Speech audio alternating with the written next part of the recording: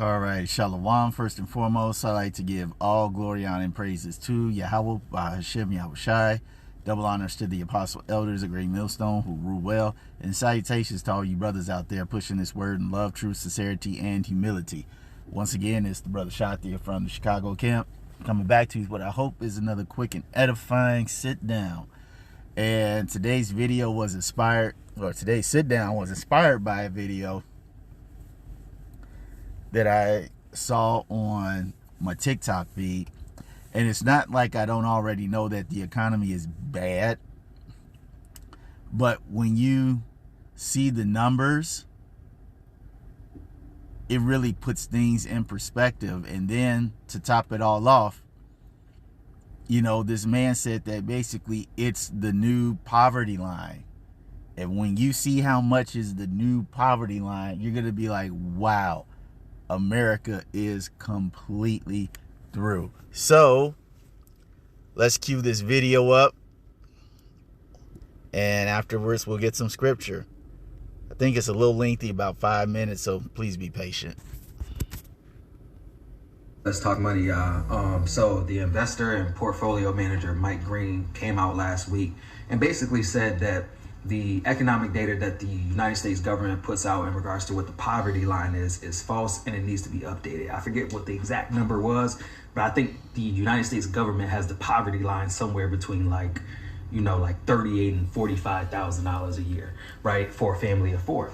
And Mike Green was basically saying, nah, y'all gotta update that. This is crazy. Like, I know I've been making money and millions on millions, and I'm this big portfolio manager, and my kids and my wife and everything is good, but like, when I looked at this data, I was like, nah, this can't be right. So he put out his economic data and said that the real math or cost of survival for a family of four in the United States is $140,000 a year. And I said, Mike, it definitely is higher than 45,000 for a family of four, but 140, you might be pushing it.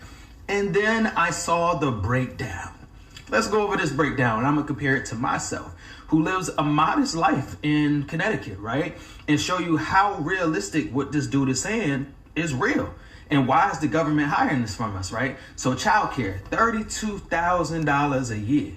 $32,700 a year is roughly $2,700 a month, right? We are blessed. We have a 14-year-old and an 8-year-old, so we don't have daycare costs. We got just general costs of raising children and after school activities and sports and things of that nature. But like, we don't have that bill. But from my friends who have kids, I know people who are paying $1,500 to $1,800 a month for one kid. So $2,700 is definitely a realistic number if you a family of four, mom, dad, or two parents and two children, who are pre-grade school. You got a 2-year-old and a 4-year-old. That's realistic. Okay, bet. It's not my personal situation, but that's a realistic number, right? Housing, $23,200. That is roughly $1,900 a month. I know plenty of people who pay $2,200 a month for rent, $2,500 a month for rent. Or if you bought a house in the past 3 or 4 years, post 2021, you got a mortgage of $2,600 to $3,500 a month. Yeah, they paying more than $23,000 a year in housing.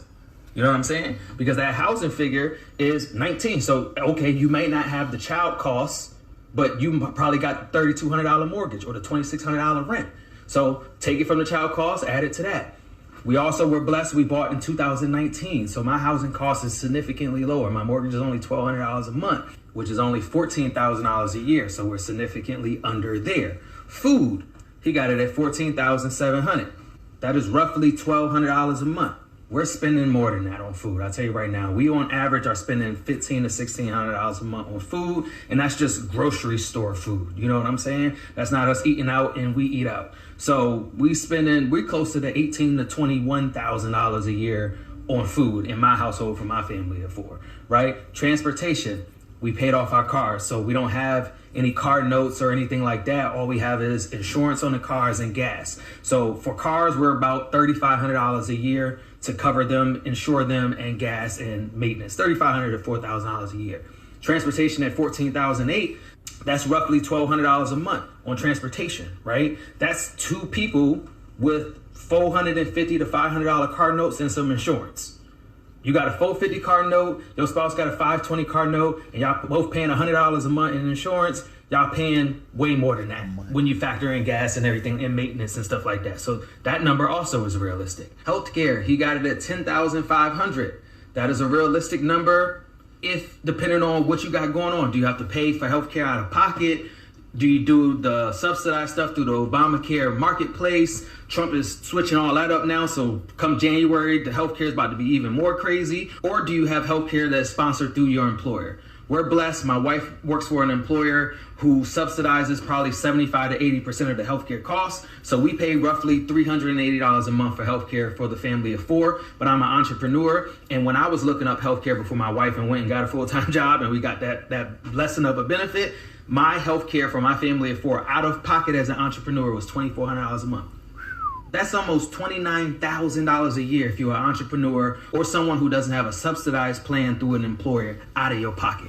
So if you're an entrepreneur, you're paying way more than $10,000 a year, but you could be paying less depending on what your healthcare provider. That number is also realistic. And then he has $21,000 or $22,000 for other essentials, also very realistic. That's $2,000 a month. That could be your toiletries in your house. That could be sports for your kids. That could be, there's so many clothes, something breaks in the house, the furnace goes out. My furnace just went out. I paid $900 to get that fixed. You know what I'm saying? Like just miscellaneous stuff.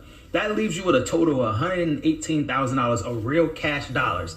Then you have to factor in that even though you make a certain amount of income, you got to pay taxes. So he added in another $18,500 for taxes, which puts you at a real poverty line of $140,000. Now, some would argue that that's not the poverty line, that's surviving. But to me in this country, if you're just covering your basic essentials, you just got a car, you got food on the table, you got somebody to watch your kids while you work, like you're not thriving. So yeah, that's poverty line. $140, family of 4. You heard that? That's the new poverty line. $140,000 is poor. Let me repeat that again. In this modern day time, $140,000 is poor. I remember in 05 to about 08, man, if somebody made $100K, you was in there. You still had to manage your money, but if you was making $100K, you was in there. Now, you have to factor in there's other things that he didn't talk about. He didn't talk about, okay, he did briefly mention children, but what if you have a special needs children? That is very expensive, okay? He did not mention student loans. Something else you got to factor in. He did not mention if anybody is paying child support or alimony. All these are other expenses.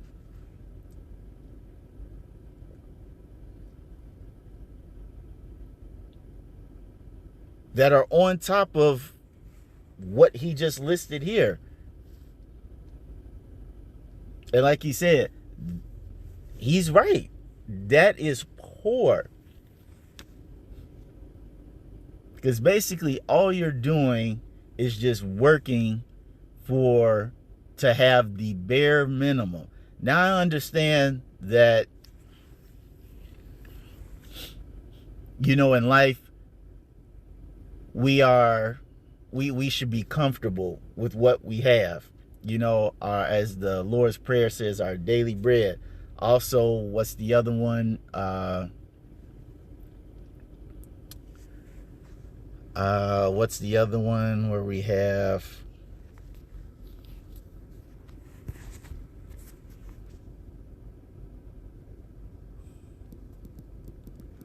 We're going to do raiment and shelter. Let me see if that comes up.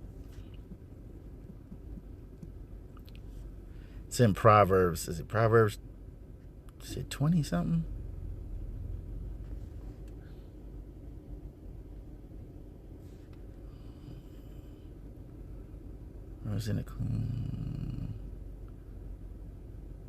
No, but that's a good one too in 1 Timothy 6:8. Food and raiment let us bear.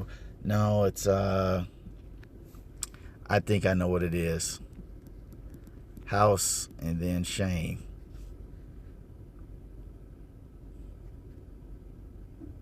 I think it's either the principal thing or the chief thing. I want to say it's the chief thing. Yes. Ecclesiasticus 29:21. And it says the chief thing for life is water and bread and clothing and a house to cover shame. Okay. And we'll even get that in Timothy again. What was that? 1 Timothy 6:8, where it says, and having food and raiment, let us be therewith content. So yes, there is an aspect of working and being able to have your daily bread, which is a good thing. There is something about being able to provide your basic necessities for yourself. Okay. But the way life is supposed to be, okay, the Lord made it to where when a man works, okay, he wants to have something to say, hey, I worked hard for this. I want to enjoy some fruits of my labor. Something to show that all this hard work isn't just for the bare minimum. All this hard work, you can actually sometimes sit back and take a vacation or buy you a new car or maybe get a rental property or take your wife out to a super expensive, whatever the case may be. The Lord made it in man's nature is that when he works, he should have something to show for it outside of just being able to provide the bare minimum. And I think that's in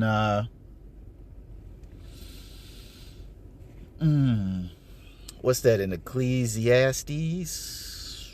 Was it in Ecclesiastes 2? Let me see.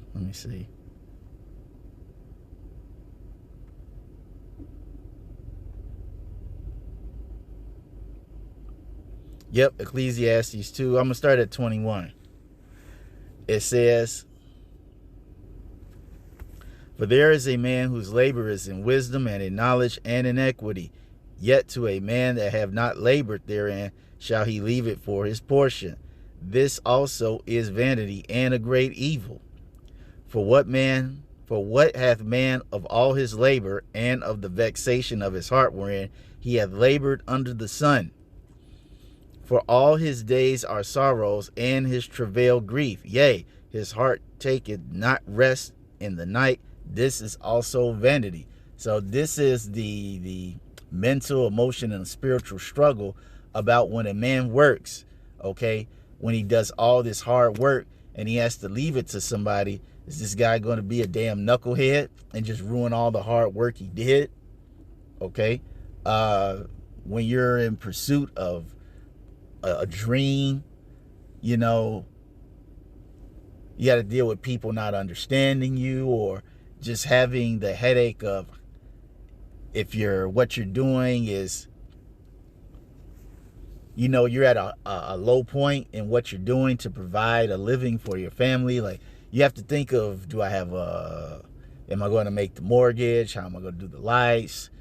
Can I sacrifice lights and do food this month? These are all the things that come with working. All right. And then let's go to verse 24. It says, there is nothing better for a man than that he should eat and drink, and that he should make his soul enjoy good in his labor. This also I saw, that it was from the hand of Yahweh. All right. So the Lord made it to where man is supposed to be able to enjoy more than the bare minimum. Okay. He is actually supposed to be able to work and have something to show for it, to enjoy the fruits of his labor. But in this modern economy, people are not able to do such a thing. And this is why folks are walking around all angry and depressed, with anxiety, stressed out, because the cost of surviving is way too expensive. You got to think about $140,000 is the new poverty. And you have to remember that's probably an average. Okay, I'm sure when you go to places down south, you know, it might not be as expensive. All right, but then you got certain places that are expensive. You know, you got Cali, New York, Massachusetts. All right, here in Illinois, Chicago, Illinois is expensive. All right, so that poverty line might be maybe 160, 170.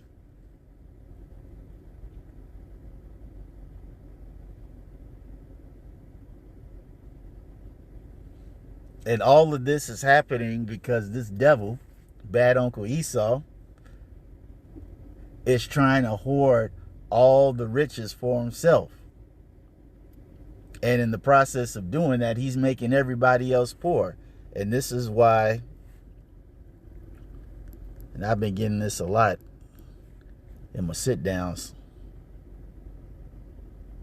Ecclesiasticus 31:24. Even though I do like the other one, riches are not commonly for a niggard. It says, Ecclesiasticus 31:24. But against him that is a niggard of his meat, niggard meaning a stingy, miserly person, okay? Stingy of his meat, the whole city shall murmur, and the testimonies of his niggardness, all right, shall not be doubted of.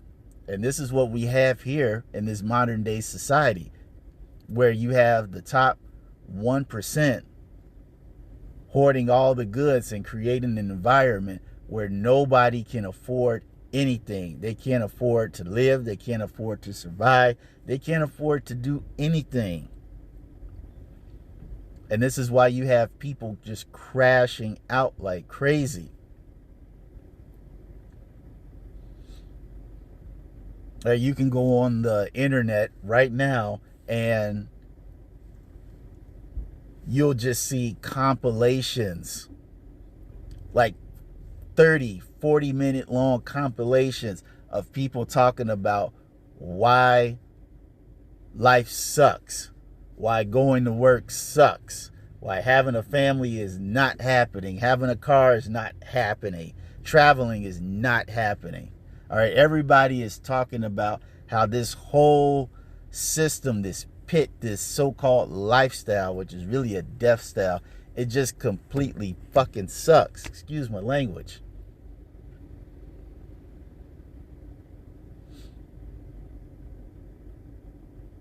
And it sucks strictly for the reason that the rich just want more control. Because they got money. It's all about just having more control.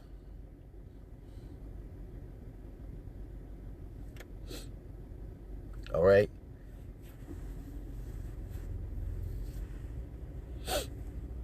Which goes to show how, what's that in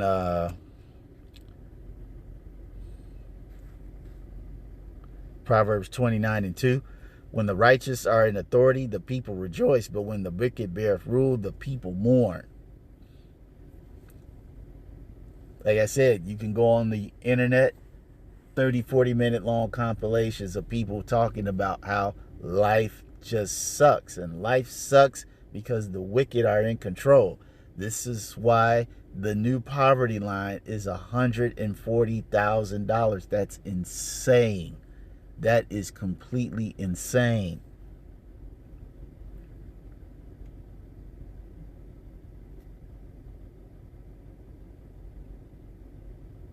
And the thing is, that's only going to increase as these times get more dire. You know, but I just thought that was a very interesting breakdown on the current situation of this financial thing going on here in America. So this went on a little bit longer than what I expected, but nonetheless, I hope you all were edified. So the next time, we're going to say Shalom.